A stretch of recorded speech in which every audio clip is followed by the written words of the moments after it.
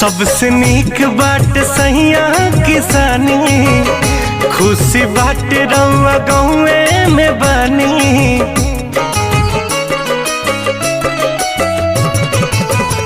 सबसे नीक बाट सहिया किसानी, खुशी बाट रउआ घरवे में बानी। मुहारो कमैला के ए जी बहरा में गईला के, मुहारो कमैला के अब बहरा में गईला के।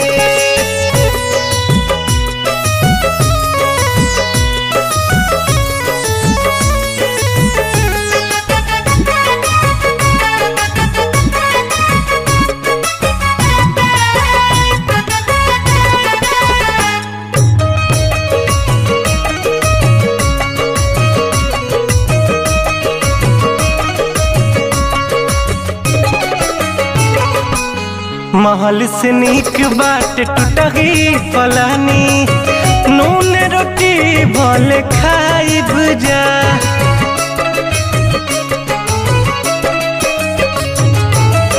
अखिया के सोझा रहब राजरहुआ, समय जिंदगिया बिताइब जा। परदेसवा में होला परेशानी, अपना धनिया के बात तहनी महानी। मुहारो कमैला के दूर देशवा में गईला के, मुहारो कमैला के ए जी बहरा में गईला के।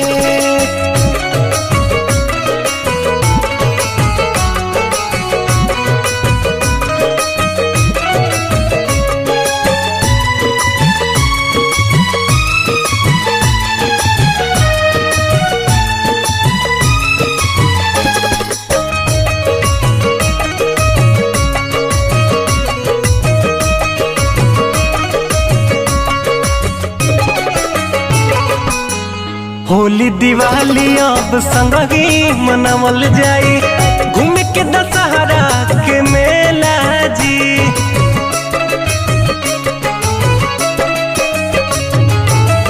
खेती बाड़ी के जी मुमारी बभारी, बाबूजी पड़लन अकेला जी।